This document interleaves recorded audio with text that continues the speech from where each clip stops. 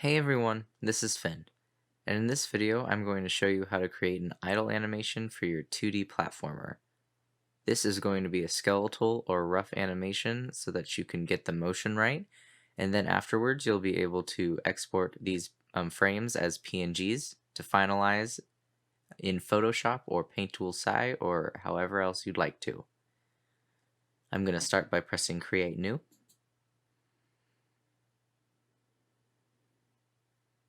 And Animate will bring up the new document window. Let's click Standard and Create.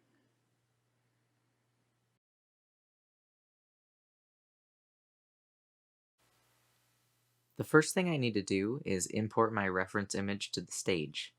I'm going to go to File, Import, and Import to Stage.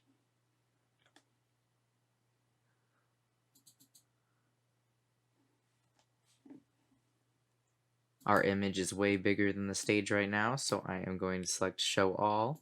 My image is also sideways, so let's not only scale it down,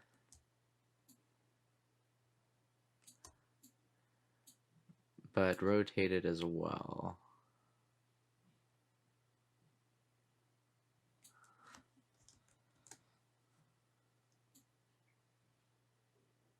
There we go. And I know that it's not, the picture is not quite aligned, but my person in there is. The feet touch the ground the way I want them to. So I'm going to keep my reference image like this and just kind of expand it.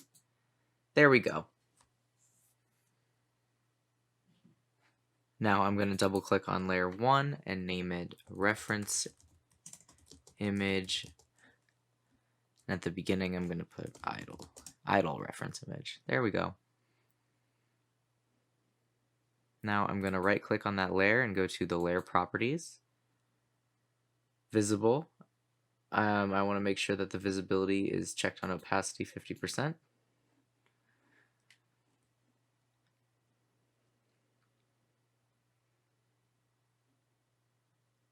Now I want to lock this layer and add a new layer by clicking this button. And then I'm going to double click and call this my drawing layer.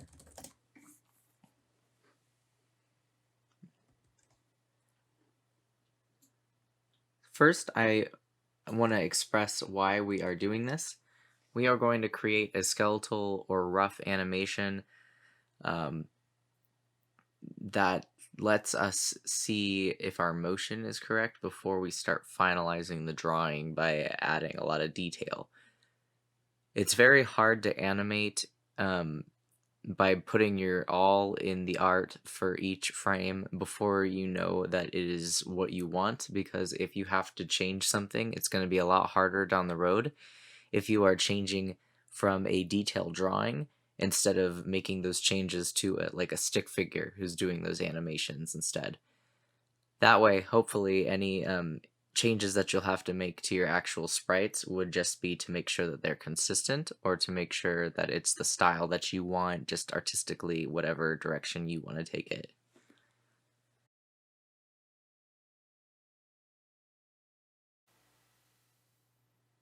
Let's start with the head.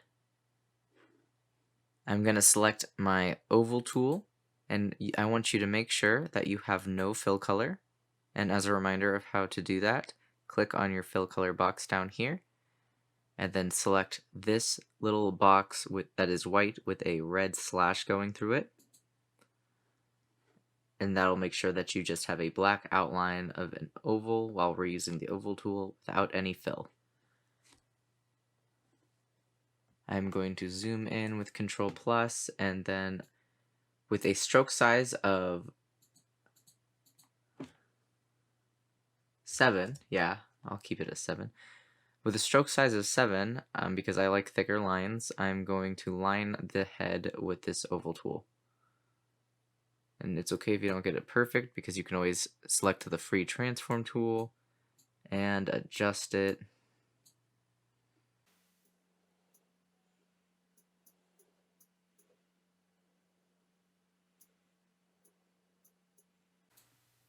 Very good.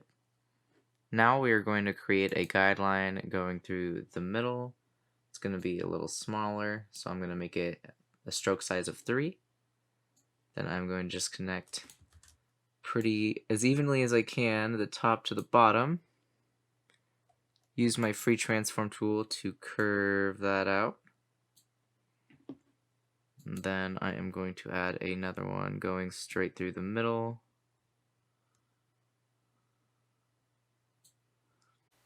Now, with a stroke size of 7, using the line tool, I am going to create a line that represents his spine.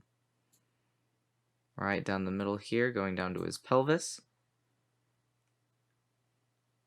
And now I'm going to create a line going from shoulder to shoulder.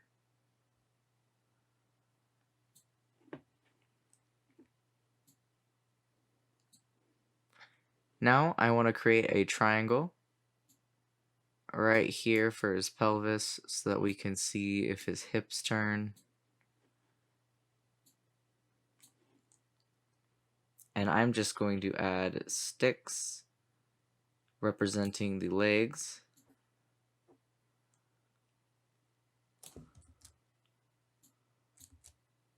And ovals with a black fill color and no stroke color representing his little knees.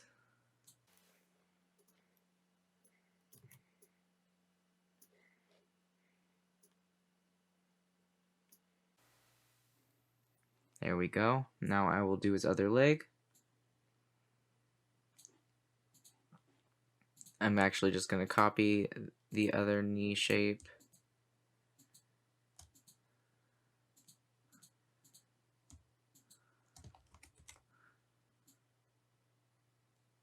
While I'm at it, I'll actually grab the bottom half of his leg and paste that in his foot as well. So press Ctrl C with those highlighted and Ctrl V. And now there we go. So we've got a skeletal framework of his legs. Now let's finish the arms. Let's create little oval shapes using the oval tool where the shoulders are.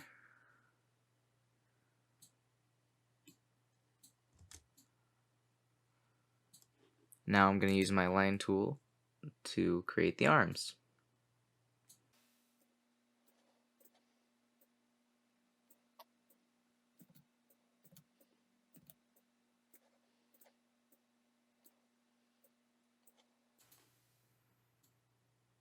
And I'm going to use rectangles with no fill color to represent the hands. To represent the thumb position, I'm going to take my line tool and just put a line in there. See how that kind of looks like thumbs with his hands resting at his sides, his thumbs are just facing us. And now I'm going to click over here, use this drop down menu and press show frame.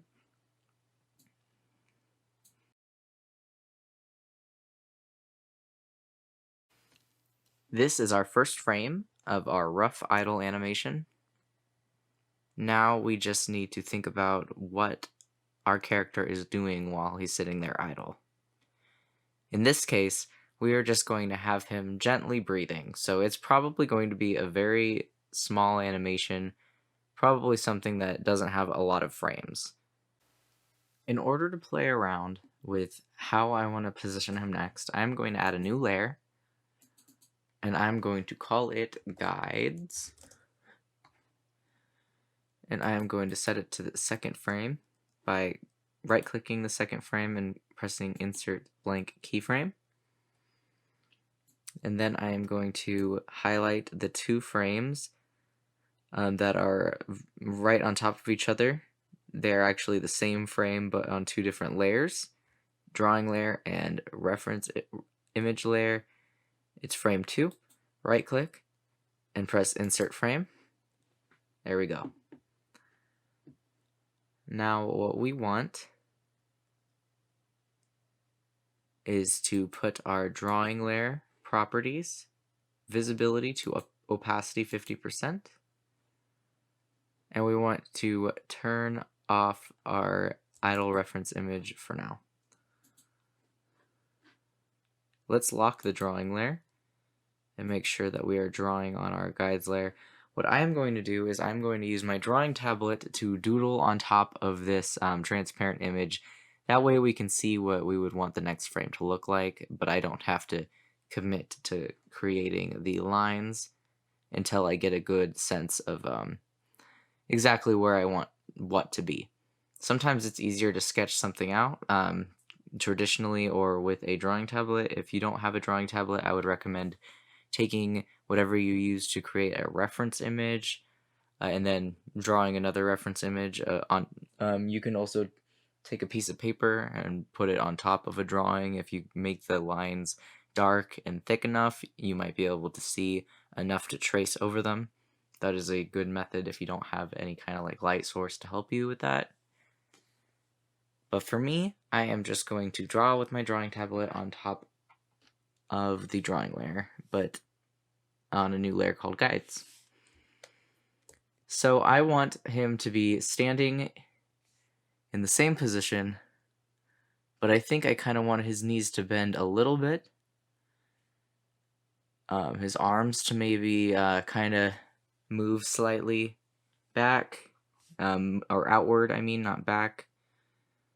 And then I want him to kind of lean like he's breathing, like his chest is kind of going forward, his head might tilt back a little bit, and he's slowly just kind of breathing in and out.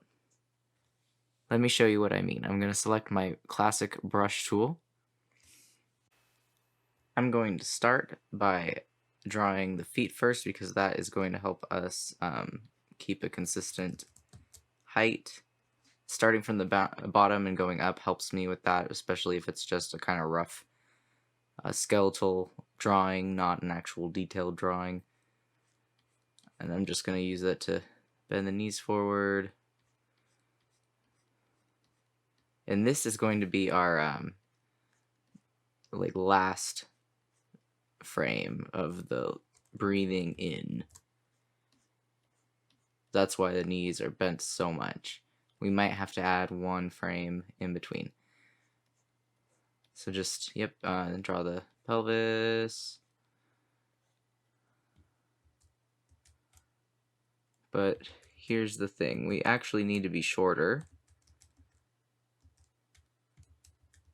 So I'm going to erase where I just added the lines going up to the pelvis because we lose a little bit of height when we bend down.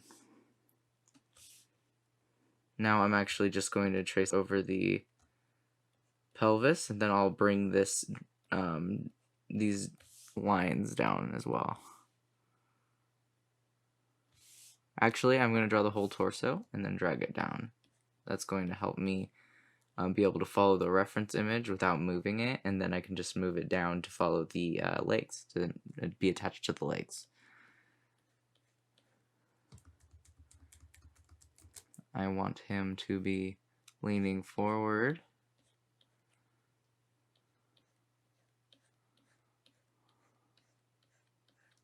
I'm going to trace over the head and move it using the free transform tool because that is a good way to keep consistent by tracing over other parts of your drawings and then instead moving them afterwards instead of moving to that location before. Box select the head and I'm going to drag it over here.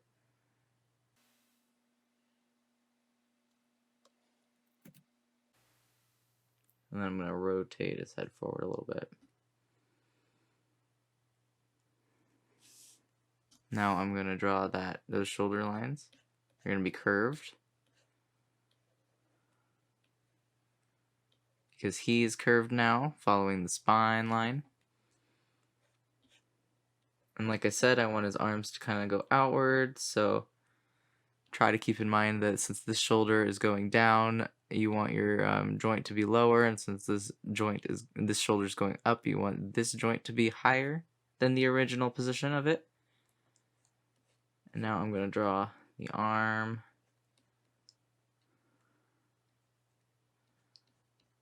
And then the hand.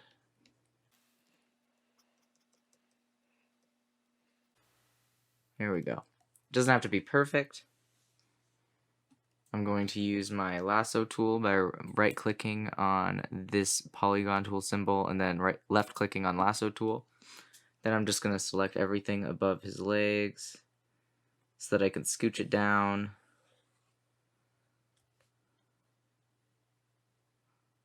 Not entirely. About there. Oh, hold on. I moved it up. About there. And then I will draw the rest of his legs. There we go.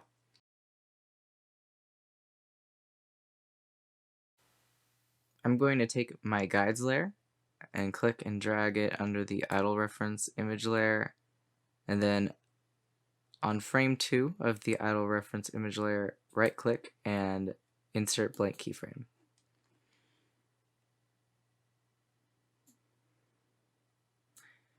And frame 2 of the drawing layer, right click and insert a blank keyframe as well. Now lock your guides layer, right click the layer, go to properties, and then change the opacity to 50%. And now unlock your drawing layer, and we are ready to continue adding skeletal frameworks to our animation here.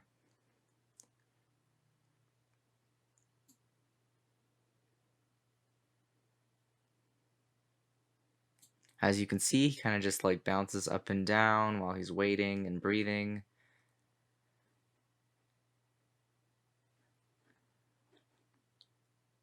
I'm going to copy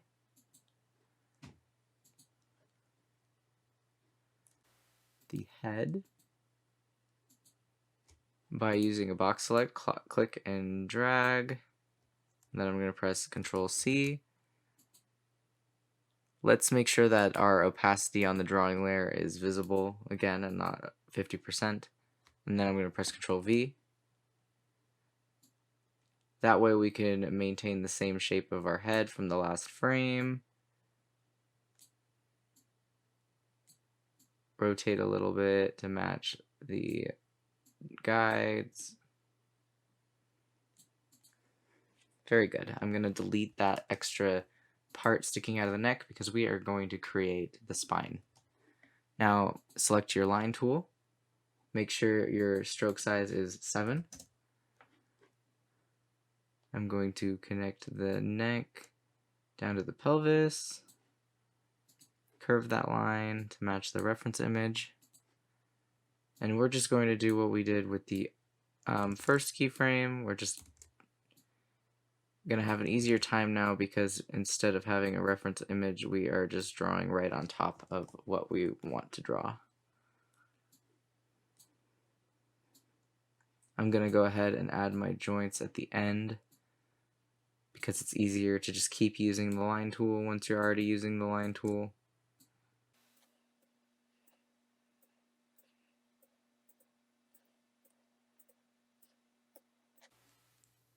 Now I can use my rectangle tool, make sure that my fill color is empty. I'm going to drag this out the same shape as that hand is, but I'm not going to draw it touching the other lines so that it doesn't intersect. Then I'm going to select it like this with my free transform tool, change the pivot point up to the top, and then rotate it like this.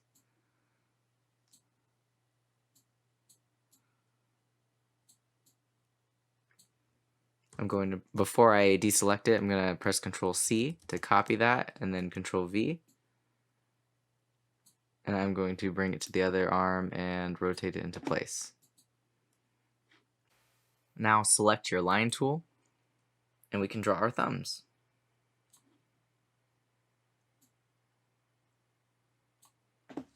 I'm going to zoom out by pressing Control minus.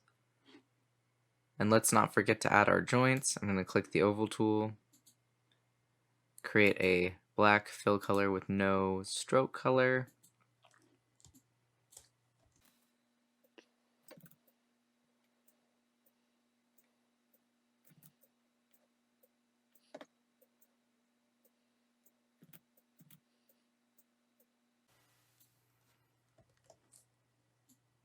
Now I'm going to turn off the guides layer let's see what it looks like.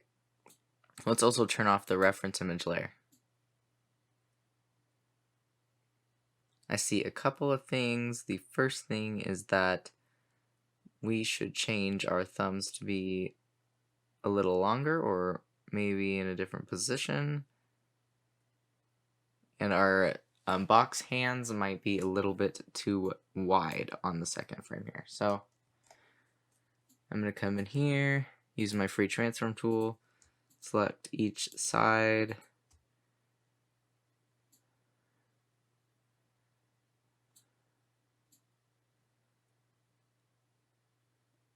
There we go. I kind of just scaled it down there. I'm going to do the same with the other side.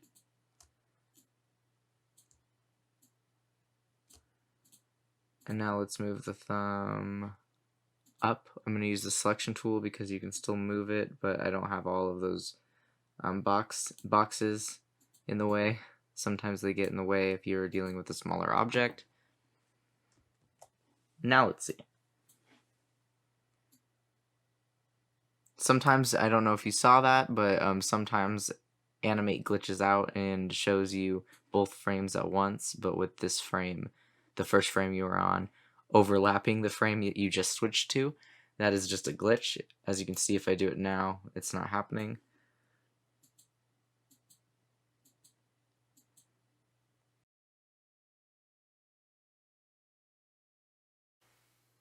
Now we want to add a frame in between the first and the second. Let's start by selecting all of the layers of frame 1. So this entire first column of keyframes. Right click and then select Insert Frame. Now we want to select the middle drawing layer frame and insert blank keyframe. Now let's turn on our guides layer again by clicking that visible icon, and let's right click, insert blank keyframe. For now we are going to lock our drawing layer and unlock our guides layer because I want to, we're going to create some more guides for ourselves.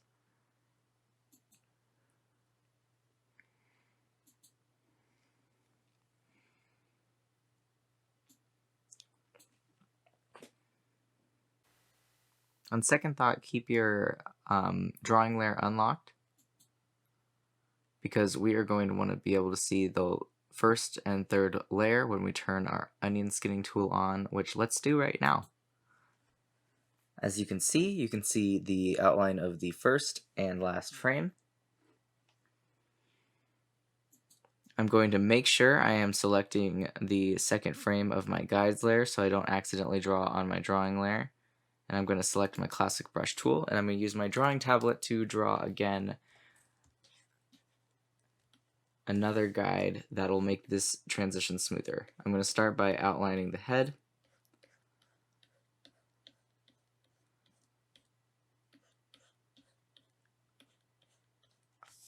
And then using the box select to move it between the other two heads. Put my pivot point at the bottom of the head and then rotate it a little bit. Not quite as much as the last frame, not quite as little as the first. Now let's use the paintbrush tool again, the classic brush tool. I'm going to create the pelvis this time, and I'm going to draw it based off of the second purple outline, but then we're going to move it in between the first and second. So now that I've drawn that, let's use the free transform tool. I'm going to select that and move it up, rotate it a little bit. There you go. Use the brush tool again, and I am going to create joint lines. Let's make this easier on ourselves by turning the opacity back to 100 on our guides layer.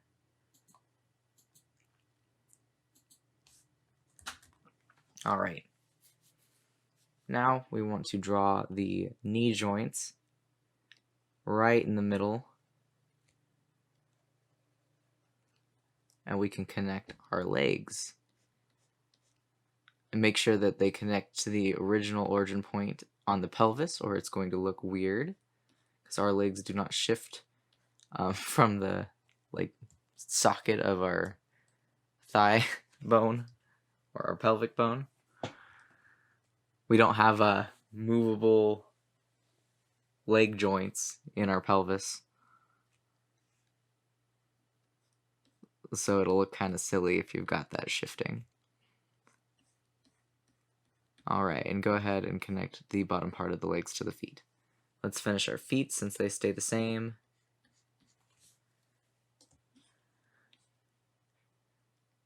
Now I am going to draw the shoulders.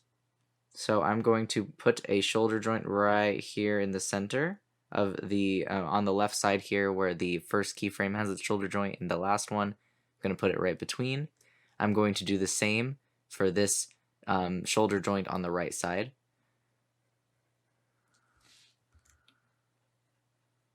And then I am going to connect those with a line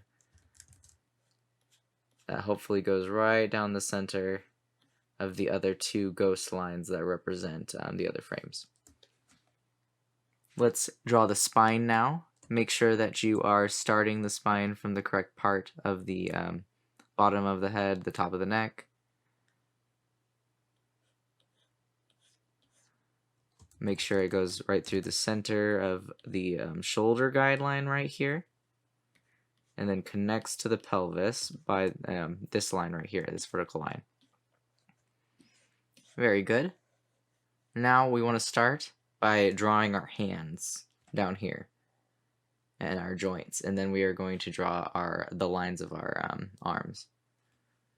I'm going to start with this one. I'm going to trace the first keyframe's hand so that I know exactly what shape it is. Then I'm going to select it and move it here. And then just rotate it very slightly. I'm actually going to move it down a little bit more. There we go. That's more in the middle. I'm actually going to copy and paste this drawing of the hand and use it for my other one. But first I'm going to look. I am having my hand go from being a vertical box to a diagonal one, so I'm going to want to rotate mine very slightly by that way. Let's see what that looks like.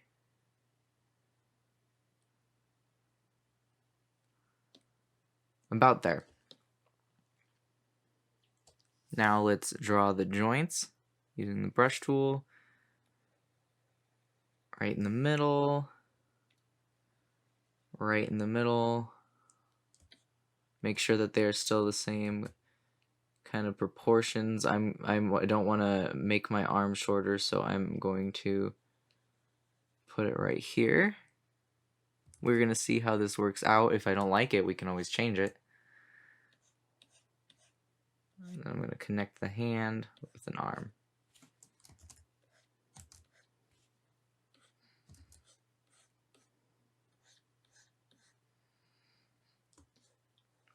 Alright, let's see what that looks like.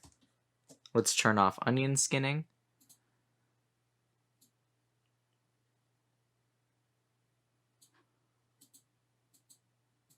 That's pretty smooth. Alright. So now we can turn our guide layer back to 50% opacity by right-clicking, going to Properties, Opacity 50%. Let's lock our guide layer at the same time. Now I'm going to take the head again by selecting it using the free transform tool and doing a box select. I'll press Control C.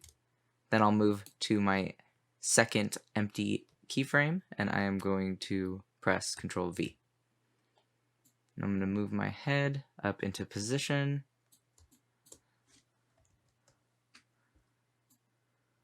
Move my origin down to the beginning of the neck and then tilt it slightly.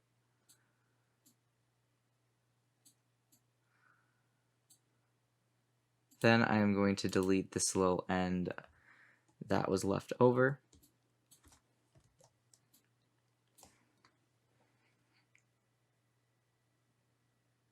I'm going to use the line tool to line the pelvis. Make sure that your stroke size is 7.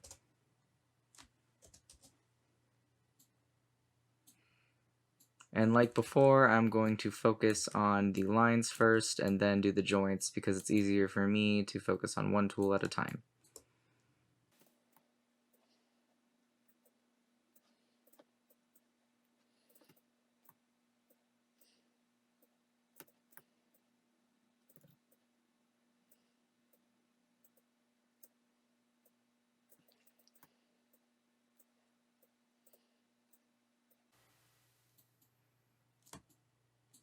And this time, instead of using rectangle tool, I'm just going to draw with the line tool. It's easy enough.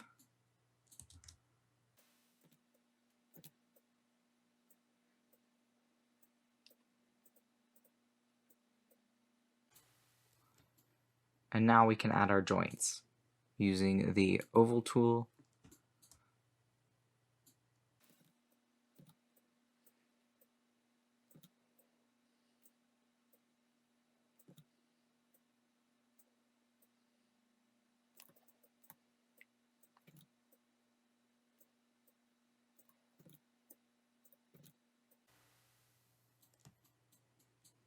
Alright, now let's see what that looks like.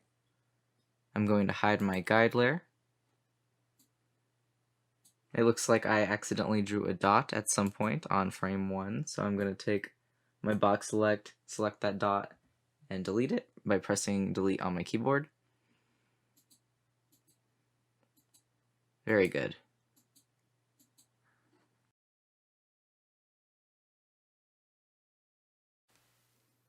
Now I'm going to take the 3 frames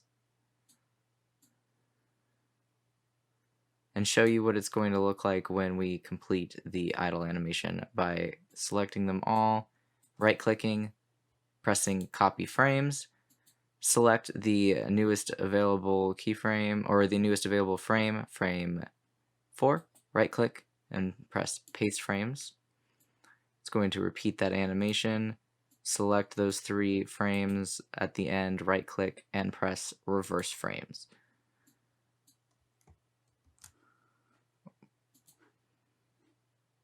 I'm going to lock the layer so we don't see any selection visuals. Now that's really fast. But if we add a lot of space in between them by pressing F5, 1, 2, 3, 4, 1, 2, 3, 4, 1, 2, 3, 4, 1, 2, 3, 4, 1, 2, 3, 4, 1, 2, 3, 4.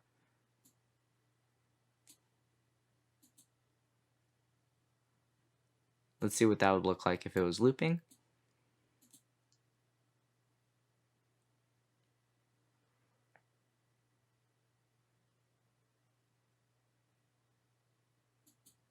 I think I'd like it to be even slower. So I am going to put 2 more frames in between each one.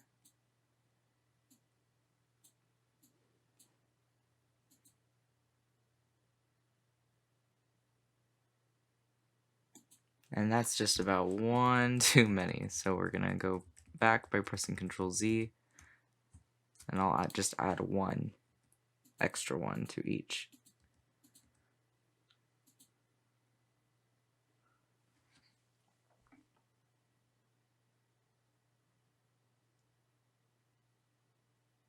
There we go, and this is a very simple idle animation. Of course, the type of idle animation you're going to want to make depends on the type of character that you are making.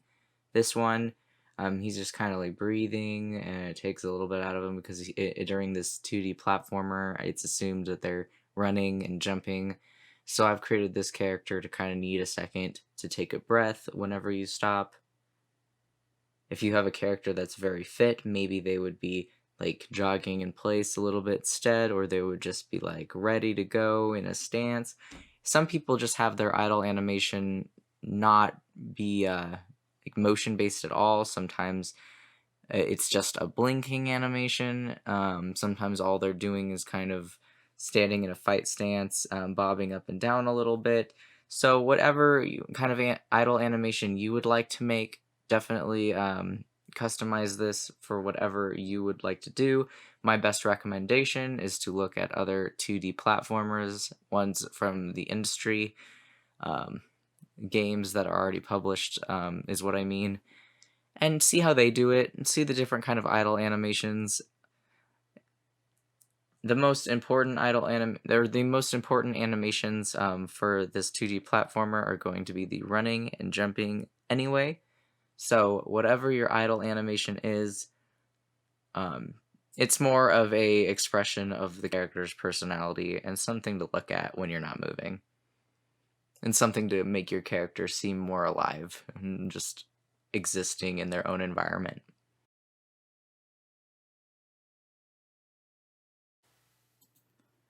I'm going to press Control Z so that all of my frames are on a single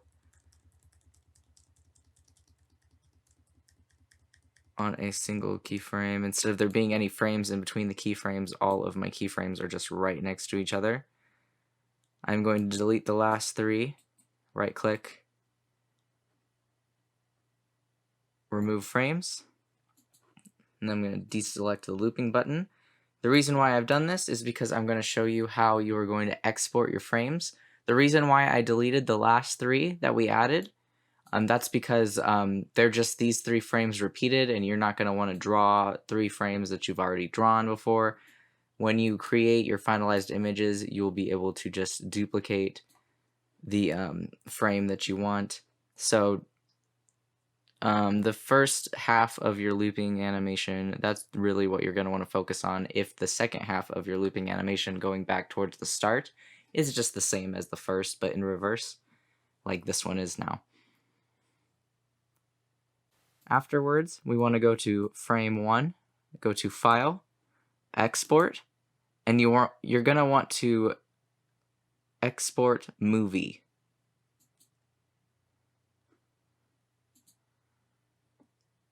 What export movie does, I'm going to right click new folder, is it actually allows you to either export it as a SWF movie, which is probably what the default is going to be, or as different sequences.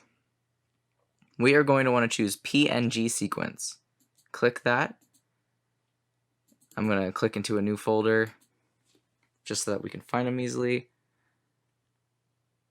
And then I'm going to name it Idle Anim to stand for idle animation. Let's save. Export. Now you can see that I have my images of my skeletal animation. I can bring them up, and they're called idleanim 0001.png, 2, and 3. So that's just me flipping back and forth using the arrow keys of my computer. That little blur there is just my computer loading. But now you have a template for taking these pictures out and finalizing them, drawing something else on top of them, making it more your style, adding pixel art, whatever you want, and then you can put it back into Animate, and that will allow you to export your animation. This has been talking about creating a rough or skeletal idle animation. I hope this has been helpful. Thank you, and have a wonderful day.